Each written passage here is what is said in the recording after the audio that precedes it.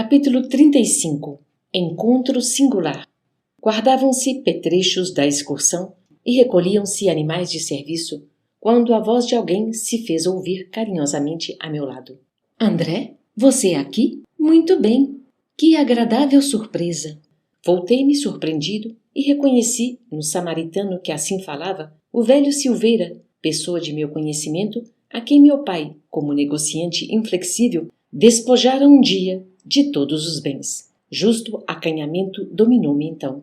Quis cumprimentá-lo, corresponder ao gesto afetuoso, mas a lembrança do passado paralisava-me de súbito. Não podia fingir naquele ambiente novo, onde a sinceridade transparecia de todos os semblantes. Foi o próprio Silveira que, compreendendo a situação, veio em meu socorro acrescentando: francamente, ignorava que você tivesse deixado o corpo e estava longe de pensar que o encontraria em nosso lar. Identificando-lhe a amabilidade espontânea, abracei-o comovido, murmurando palavras de reconhecimento. Quis ensaiar algumas explicações relativamente ao passado, mas não o consegui. No fundo, eu desejava pedir desculpas pelo procedimento de meu pai, levando-o ao extremo de uma falência desastrosa. Naquele instante, eu revia mentalmente o clichê do pretérito. A memória exibia de novo o quadro vivo. Parecia-me ouvir ainda a senhora Silveira quando foi à nossa casa, suplicante, esclarecer a situação. O marido estava acamado, havia muito, agravando-se-lhes a penúria com a enfermidade de 2 filhinhos. As necessidades não eram reduzidas e os tratamentos exigiam soma considerável. A pobrezinha chorava, levando o lenço aos olhos, pedia mora, implorava concessões justas, humilhava-se, dirigindo olhares doridos à minha mãe, como a rogar entendimento e socorro no coração de outra mulher. Recordei que minha mãe intercedeu, atenciosa, e pediu a meu pai esquecesse os documentos assinados, abstendo-se de qualquer ação judicial. Meu genitor, porém, habituado a transações de vulto e favorecido pela sorte, não podia compreender a condição do retalhista. Manteve-se irredutível.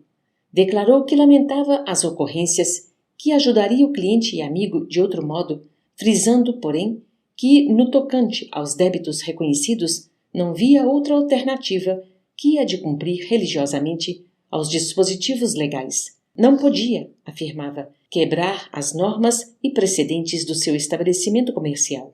As promissórias teriam efeito legal. E consolava a esposa aflita, comentando a situação de outros clientes que, a seu ver, se encontravam em piores condições que o Silveira. Lembrei os olhares de simpatia que minha mãe lançou à desventurada postulante, afogada em lágrimas. Meu pai guardara profunda indiferença a todas as súplicas e, quando a pobre mulher se despediu, repreendeu minha mãe austeramente, proibindo-lhe qualquer intromissão na esfera dos negócios comerciais. A pobre família houve de arcar com a ruína financeira completa. Relembrava perfeitamente um instante em que o próprio piano da senhorita Silveira foi retirado da residência para satisfazer às últimas exigências do credor implacável. Queria desculpar-me e, todavia, não encontrava frases justas porque, na ocasião, também encorajara meu pai a consumar o iníquo atentado. Considerava minha mãe excessivamente sentimentalista e induzira-o a prosseguir na ação até o fim. Muito jovem ainda, a vaidade apossara-se de mim. Não queria saber se outros sofriam. Não conseguia enxergar as necessidades alheias. Via apenas os direitos de minha casa, nada mais. E, nesse ponto, tinha sido inexorável. Inútil qualquer argumentação materna. Derrotados na luta, os Silveiras haviam procurado recanto humilde no interior, amargando o desastre financeiro em extrema penúria. Nunca mais tivera notícias daquela família que, certo, nos devia odiar. Essas reminiscências alinhavam-se-me no cérebro com a rapidez de segundos. Num momento, reconstituíra todo o passado de sombras. E, enquanto mal dissimulava o desapontamento, o Silveira, sorrindo, chamava-me à realidade. Tem visitado o velho? Aquela pergunta, a evidenciar espontâneo carinho, aumentava o meu pejo. Esclareci que, apesar do imenso desejo, não conseguira ainda tal satisfação. Silveira identificou-me o constrangimento e, apiedando-se, talvez, do meu estado íntimo, procurou afastar-se. Abraçou-me cavalheirescamente e voltou ao trabalho ativo. Muito desconcertado, procurei Narcisa, ansioso de conselhos. Expus-lhe a ocorrência, detalhando os sucessos terrenos. Ela ouviu-me com paciência e observou carinhosamente. Não estranhe o fato. Vi-me há tempos nas mesmas condições. Já tive a felicidade de encontrar por aqui o maior número das pessoas que ofendi no mundo. Sei hoje que isso é uma bênção do Senhor que nos renova a oportunidade de restabelecer a simpatia interrompida, recompondo os elos quebrados da corrente espiritual.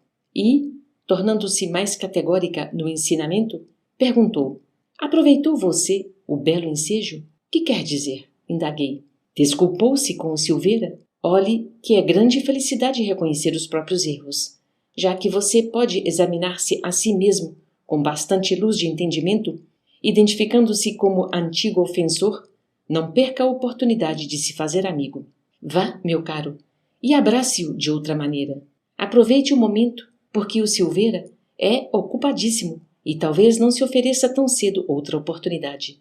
Notando-me a indecisão, Narcisa acrescentou: não tema insucessos. Toda vez que oferecemos raciocínio e sentimento ao bem, Jesus nos concede quanto se faça necessário ao êxito. Tome a iniciativa. Empreender ações dignas, quaisquer que sejam, representa honra legítima para a alma. Recorde o Evangelho e vá buscar o tesouro da reconciliação. Não mais vacilei. Corri ao encontro de Silveira e falei-lhe abertamente, rogando perdoasse a meu pai e a mim as ofensas e os erros cometidos.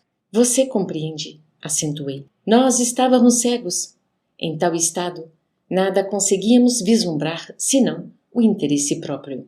Quando o dinheiro se alia à vaidade, Silveira, dificilmente pode o ser humano afastar-se do mau caminho. Silveira, comovidíssimo, não me deixou terminar. Ora, André, quem haverá isento de faltas? Acaso poderia você acreditar que vivi isento de erros? Além disso, seu pai foi meu verdadeiro instrutor. Devemos-lhe, meus filhos e eu, abençoadas lições de esforço pessoal. Sem aquela atitude enérgica que nos subtraiu às possibilidades materiais, que seria de nós no tocante ao progresso do espírito. Renovamos aqui todos os velhos conceitos da vida humana. Nossos adversários não são propriamente inimigos, e sim benfeitores. Não se entregue a lembranças tristes. Trabalhemos com o Senhor, reconhecendo o infinito da vida. E, fixando, emocionado, os meus olhos úmidos, afagou-me paternalmente e rematou: não perca tempo com isso. Breve, quero ter a satisfação de visitar seu pai junto de você. Abracei-o, então, em silêncio, experimentando alegria nova em minha alma. Pareceu-me que, num dos escaninhos escuros do coração, se me acendera divina luz para sempre.